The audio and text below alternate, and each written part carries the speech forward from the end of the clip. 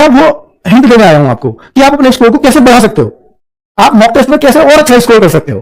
तो इन बातों को बिल्कुल गौर दीजिएगा कि क्या आप फुल अटेम्प्ट करते हैं, कभी भी कोई मॉक टेस्ट देते हैं तो क्या आप अपना अटेम्प्ट पूरा रखते हैं। मतलब मेरा ये कहने का मतलब है कि आपके 80 क्वेश्चन आते हैं तो अटेम्प्ट 80 के 80 करिए।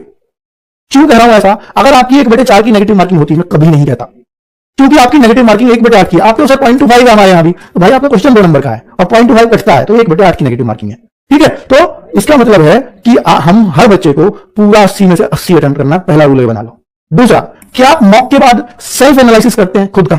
ये कैसे होता है सर, जब भी आपका मॉक हो तो बहुत सारे बच्चे सोच लेते हैं जो गलत हुआ गलत हुआ, जो सही हुआ, कितना स्कोर है, संतुष्ट हो गए, बहुत है। कभी मत सोचो ऐसे, आप देखो कि मेरा कौन कौन सा प्रश्न गलत हुआ है। आप ये मानते होंगे जरूर कि मेरा रीजनिंग बहुत स्ट्रांग है, या मेरा हिंदी बहुत स्ट्रांग है, मेरा मैथ बहुत स्ट्रांग है, जीएस को भी कोई लोग कहते होंगे, तो आप ये एक्सपेक्ट कर रहे होंगे मैं इतना तो करूंगा ही सब्जेक्ट में।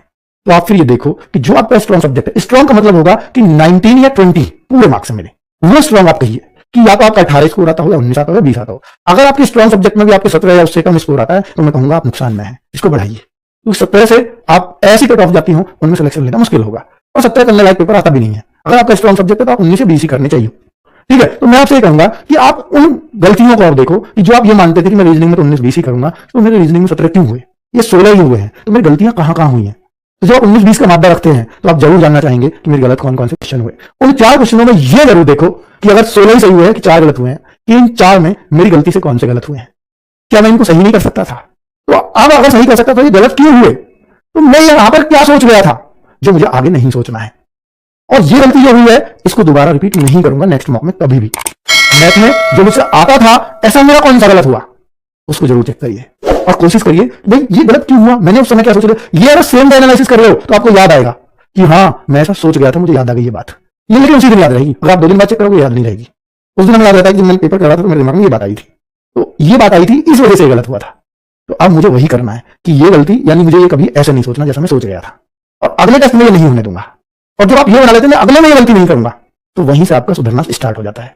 आता हुआ प्रश्न अगले टेस्ट में गलत नहीं होने देना। इस बार 5 आते हुए गलत हुए, चेक करना खुद को, ऐसा मिलेगा आपको कि 7 गलत हो गए आते हुए, 8 गलत हो गए, कि इस बार 5 हो गए, अगली बार 6 ना हो जाए, 4 जरूर ले आऊंगा। आते हुए तब भी गलत होंगे और मैं कहूंगा 5 से 4 करने हैं मुझे, 4 से फिर 3 करने हैं। तो ये जो कोशिश अगर आपकी रहेगी ये 100% आपको अच्छे स्कोर की तरफ लेकर के जाएगी।